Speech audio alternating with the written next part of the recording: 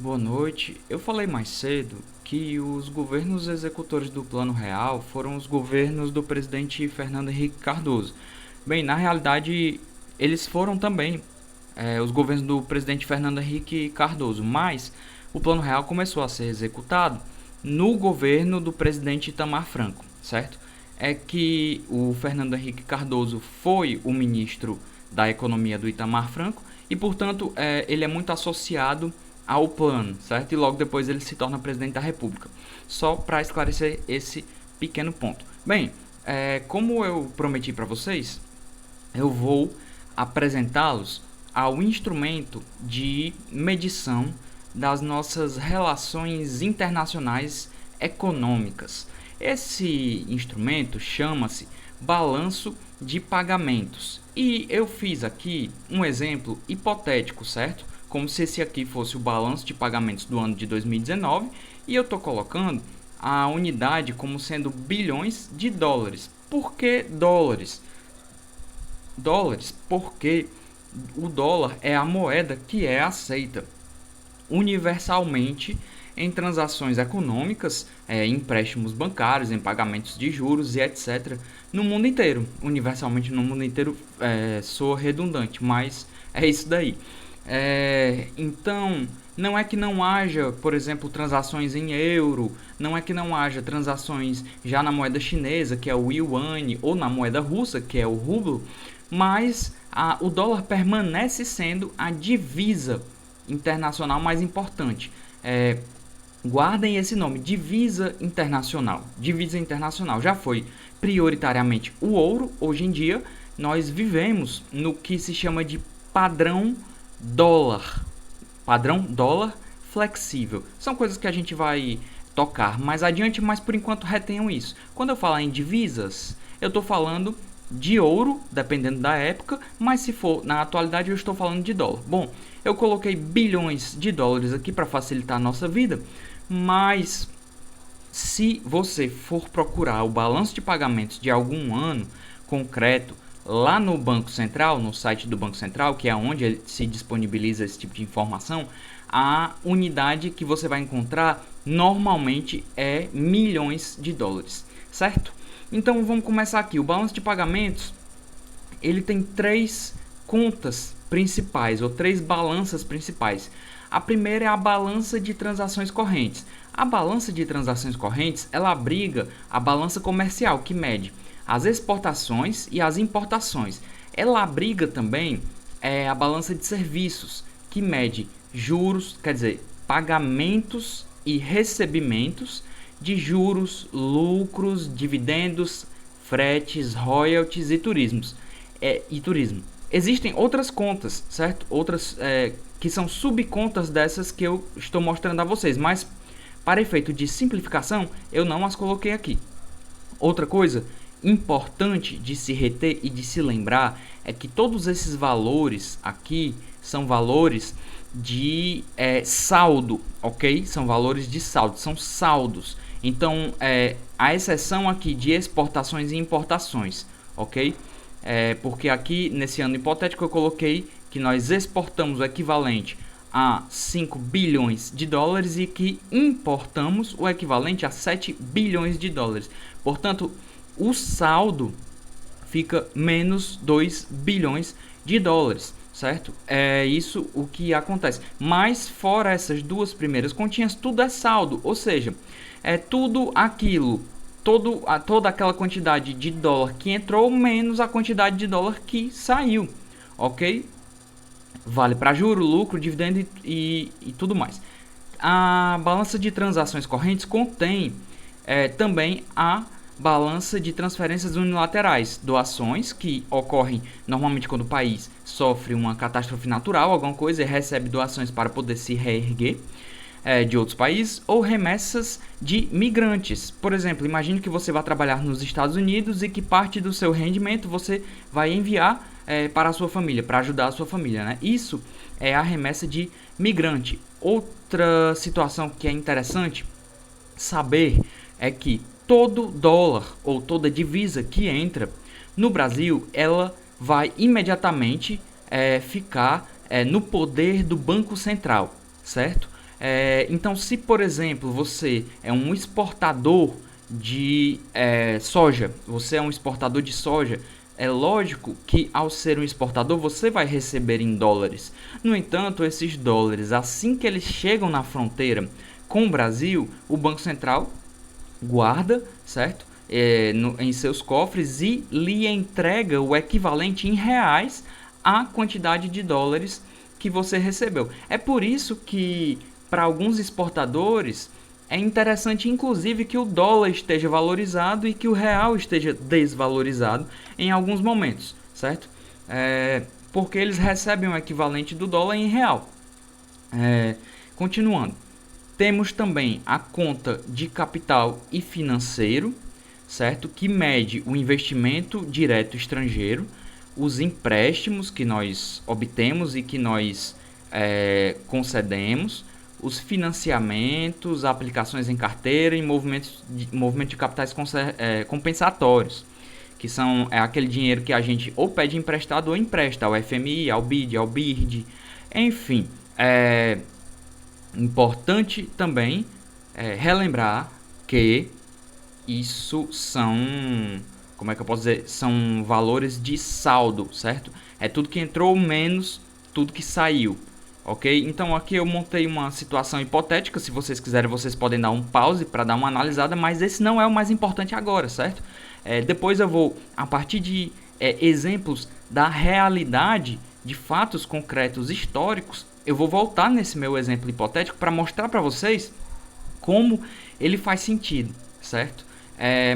Mas o que a gente retém daqui, outra coisa importante que eu me lembrei agora, é que apesar de os cofres do Banco Central recolherem todas as divisas que entram, também é verdade que existem pessoas autorizadas a operar no mercado financeiro nacional com divisas, certo? Essas pessoas, elas possuem dólares, euros e etc. No entanto, os dólares, os euros, os rublos dessas pessoas também estão guardados no Banco Central. Só que essas pessoas podem dispor desse dinheiro para comprar e para vender divisas no mercado nacional, ok? Então, assim, são pessoas autorizadas, seja pessoas físicas ou seja pessoas jurídicas, certo?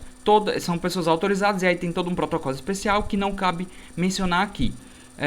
Onde é que nós estávamos? Nós estávamos... Pronto. Então, tem essas três contas. Apresentei para vocês a balança de transações correntes, a conta de capital financeiro e temos a conta de reservas cambiais. O que é interessante notar, a conta de reservas cambiais ela é uma conta de caráter contábil. O que é isso? Ela não necessariamente, ela não é uma conta que vai medir algo real. Então vejam, nesse exemplo hipotético, na balança de transações correntes, nós tivemos um déficit de menos 10,5 bilhões de dólares, ok? E nesse mesmo ano, nesse exemplo, na conta de capital e financeiro, nós tivemos um superávit de 8,5 bilhões de dólares. Quando a gente soma esses dois saldos, nós temos no saldo final um déficit de 2 bilhões de dólares. A conta de reservas cambiais ela é uma conta espelho, de tal forma que se aqui nós temos 2 bi negativo, aqui nós teremos 2 bi positivo. Se fosse o contrário, se tivéssemos 2 bi positivo, aqui teríamos 2 bi negativo. O sentido da conta reservas cambiais é mais ou menos você poder olhar só para a conta reservas cambiais, sem precisar fazer a análise completa de todas essas outras contas e saber só de bater o olho se a gente teve déficit ou se a gente teve superávit, certo? E aqui vocês podem achar até um pouco esquisito, porque nós tivemos déficit, mas a conta de reservas cambiais está positiva aqui, não é mesmo? Então, o que é que acontece? A metodologia, ela muda, né? Muitas vezes quando nós temos déficit, aparece aqui, ó, por exemplo, em juros, aparece, em vez de aparecer negativo, aparece positivo.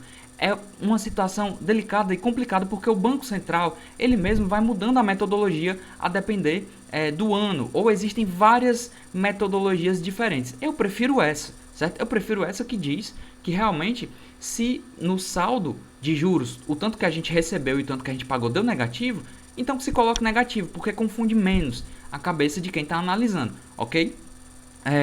Essa conta reservas cambiais, ela é parte de um princípio contábil, que é o método das partidas dobradas, que diz que para cada saída deve haver uma entrada, e para cada entrada deve haver uma saída correspondente, certo? Então, por exemplo, se você pede 2 milhões de reais emprestados, você gera automaticamente um passivo de 2 milhões, porque entrou dinheiro, entraram 2 milhões na sua conta. No entanto, você está devendo 2 milhões, certo? Então você tem um passivo de 2 milhões. Você tem por um lado, 2 milhões positivo, porque você recebeu esse dinheiro, e por outro lado, 2 milhões negativo, porque você agora está devendo esse dinheiro. O princípio é mais ou menos esse. Não queiram que eu explique mais, porque eu realmente não tenho elementos como economista para explicar isso para vocês. Talvez, se vocês pegarem algum contador e pedirem para explicar mais o sentido e a necessidade disso, seja melhor, beleza? Então, vamos voltar para o trabalho em si. Deixa eu mostrar a minha cara novamente, certo? Aqui, ajustando. Pronto. Vamos voltar para o trabalho e vamos continuar analisando, certo? Tópico 2. Deixa eu ver em quanto tempo eu tô aqui. Ok, não excedi o tempo ainda. Tópico 2. A riqueza de uma nação e a situação brasileira. O que é que nós vamos ver nesse tópico? Nós vamos tentar destrinchar o conceito de riqueza e depois vamos falar sobre a situação brasileira no que diz respeito a isso. Por que o Brasil nunca foi uma nação rica, certo? E o que é que seria necessário, talvez, para ser uma nação rica, pegando outros exemplos. Bem, mas ainda estaremos no campo teórico. Só que nesse tópico a gente começa a adentrar um pouco mais a história, os fatos, a prática, certo? Os números, ok? Então vamos lá, riqueza. Continuando aqui o nosso exercício. O conceito de riqueza, derivado dos autores clássicos da economia política, raramente encontra oposição teórica sólida. Os autores clássicos são o Adam Smith e o Davi Ricardo, ok?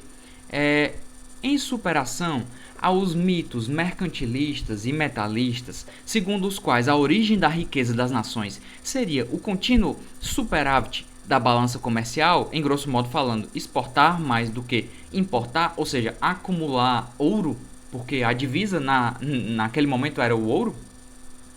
Adam Smith enuncia a raiz da riqueza de uma nação como sendo a divisão do trabalho. Olha só que coisa curiosa.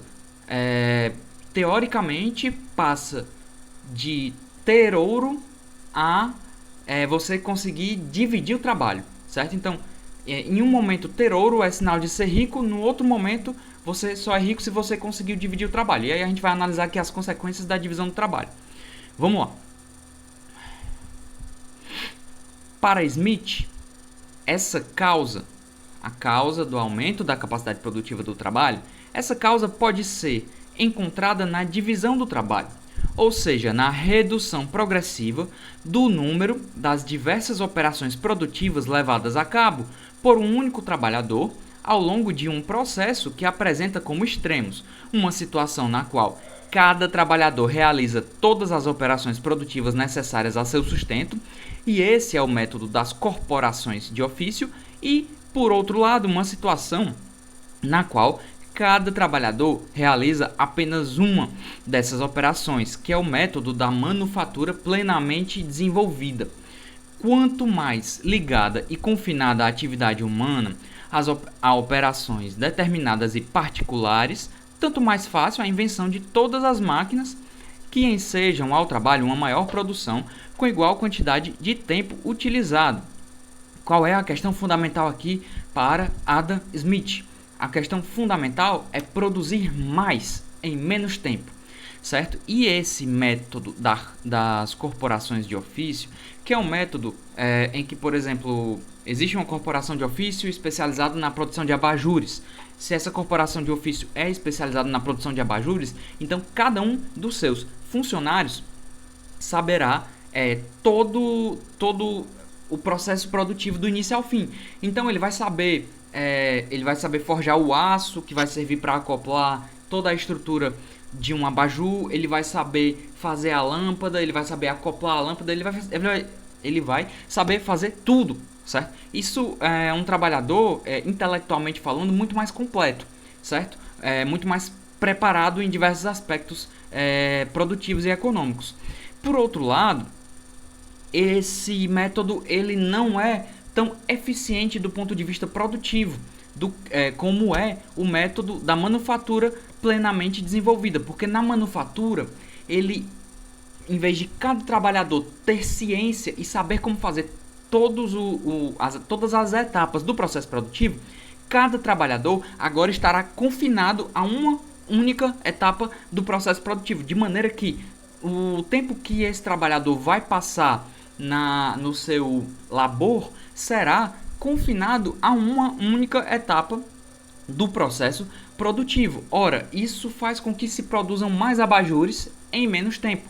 Só que existe um lado negativo, porque você cria um outro tipo de trabalhador, um trabalhador alienado. Por que alienado? Alienado porque ele não tem conhecimento referente às outras etapas do outro processo produtivo. Então ele pode passar a vida inteira realizando uma única etapa do processo produtivo sem realmente saber o que é que ele está produzindo, certo? Bom, esse método das corporações de ofício que eu estou falando, ele também pode, nós também podemos descrever, por exemplo, aquele trabalhador que tem uma terrinha no campo, no sistema feudal ainda, que produz basicamente tudo aquilo que é necessário para o seu sustento. Então, ele produz a sua própria roupa, ele produz os seus próprios calçados, ele produz os seus alimentos, e quando ele sente a necessidade de trocar alguma coisa que ele não sabe produzir, aí ele vai a cidades onde ele vai encontrar alguém que necessite aquilo de que ele produz para que ele possa trocar pela mercadoria de sua própria necessidade. Ok? Espero que essa parte tenha ficado clara. Vamos continuar porque o texto em si ele é didático a esse respeito. Smith acredita, portanto, na superioridade da forma capitalista de produção em relação à atividade de trabalhadores autônomos, devido à capacidade que tem o capital de reunir grande número de trabalhadores e, assim, ensejar a melhor divisão e distribuição dos empregados e proporcionando a estes as melhores máquinas. É que quando você confina um trabalhador a uma única atividade, você também gera uma facilidade de planejar máquinas e ferramentas mais propícias para a realização daquela atividade repetitiva, certo?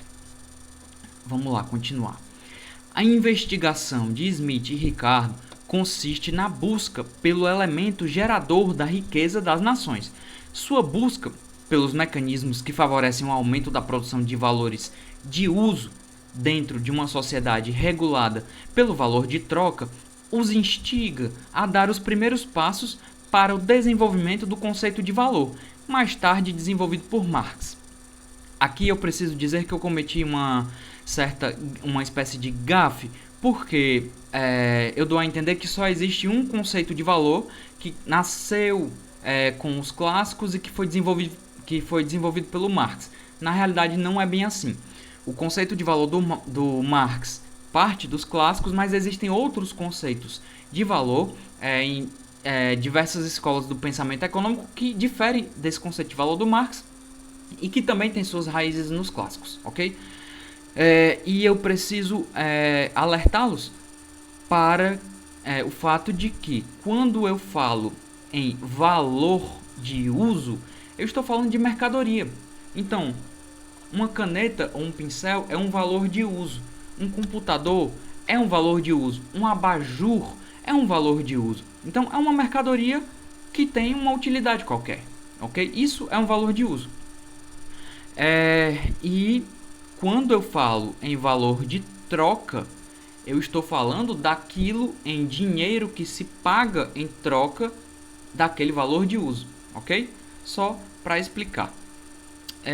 Continuando. Um aspecto notável em Ricardo, certo? É a consciência de que o que importa para a economia de um país não é o produto necessário para ocupar por um novo ciclo a força de trabalho produtiva, mas sim o produto que excede as necessidades repositórias da força produtora e que seja capaz de sustentar exércitos, frotas e todo tipo de trabalho improdutivo. Olha só que interessante. O Davi Ricardo ele percebe que o que é importante para que uma nação seja rica é que esta nação consiga produzir não só o suficiente para que aquilo que tenha sido produzido em um ano seja capaz de alimentar e de repor as forças daqueles que produziram. Ou seja, se fosse assim, nós estaríamos, do ponto de vista de sociedade, só repondo as forças produtivas e não estaríamos criando mais força produtiva. Então, o Ricardo diz, é necessário haver um excedente que permita que nós nos demos ao luxo de ter trabalhos improdutivos. O que são os trabalhos improdutivos? A indústria do complexo militar é uma espécie de trabalho improdutivo. Ela é necessária, ela é fundamental para que um país mantenha a sua soberania, mas ela não é lucrativa, propriamente falando, do ponto de vista do capital, a menos que ela seja utilizada com uma certa frequência. Mas, a priori, esse não é o intuito da indústria do complexo militar ou do complexo naval e militar, certo? Já o complexo naval, ele é lucrativo. Mas outras atividades improdutivas do ponto de vista do capital, a atividade intelectual, o fato de analisar a sociedade, de buscar a força, de buscar os elementos que são aqueles geradores da riqueza de uma nação. Ou seja, isso mesmo que o Ricardo e o Smith estavam fazendo, de pensar a sociedade, ou seja, uma espécie de trabalho intelectual. Isso é um trabalho improdutivo do ponto de vista do capital. Isso não significa, por exemplo, que não seja algo útil, né, no médio e no longo prazo para incrementar a riqueza da nação. Mas, do ponto de vista do capital, não é produtivo, certo? Publicidade também não é produtiva. Mais uma vez, não significa que não possa aumentar e no médio e no longo prazo a riqueza de uma determinada parcela da população ou até de uma sociedade inteira, mas do ponto de vista do capital é improdutivo porque não dá lucro ali imediatamente, certo? Na hora que é vendido. Então vamos aqui só para encerrar esse vídeo. Em Ricardo, a introdução das máquinas, reduzindo a quantidade de trabalho conjuntamente contido em uma unidade de mercadoria, faz com que a um mesmo valor corresponda uma riqueza maior, isto é, uma quantidade maior de bens, certo? Vamos lá, vamos tentar traduzir essa frase do Ricardo. Quando ele diz a quantidade de trabalho conjuntamente contido em uma unidade de mercadoria, ele está dizendo o seguinte: imagine uma mercadoria, imagine este pincel, todo o trabalho que foi necessário, todo o tempo de trabalho que foi necessário para que este pincel ficasse pronto, certo? É o que vai determinar se ele vai ser mais barato ou mais caro. Então imagine todos os trabalhadores que tiveram que gastar o seu tempo, a sua força produtiva no pincel, certo? Então você soma tudo isso, porque esses trabalhadores terão de ser remunerados, certo? E você depois sabe o valor do pincel, para que ele seja lucrativo. Então, quando você reduz através da divisão do trabalho e através do acoplamento de máquinas que vão reduzir ainda mais o tempo necessário para que cada atividade econômica seja concluída, então você tem que a um mesmo valor, ou seja, a um mesmo tempo de trabalho, corresponda uma riqueza maior. O que é que ele está dizendo? Ele está dizendo que antes, em 2 horas, se produzia em um pincel e agora, com apenas 1 hora de trabalho, se produz um pincel. Ou seja, em 2 horas agora se produz 2 pincéis. Então, há um mesmo valor, ou seja, há um mesmo tempo de trabalho, há uma mesma remuneração, corresponde a uma riqueza maior, isto é, uma quantidade maior de bens. Ricardo e Smith estão falando, meus amigos, de produtividade do trabalho, certo? Guardem esta palavra, nós vamos destrinchá-la, certo? Ao longo da nossa apresentação, mas produtividade do trabalho é a chave para analisar a riqueza das nações, ok? Então é isso. Para quem assistiu até o final e para quem não assistiu até o final também, deixem um gostei, certo? Comentem e compartilhem. E sigamos. Ficou bastante longo, mas espero que tenha ficado interativo, beleza? Abraços e até mais.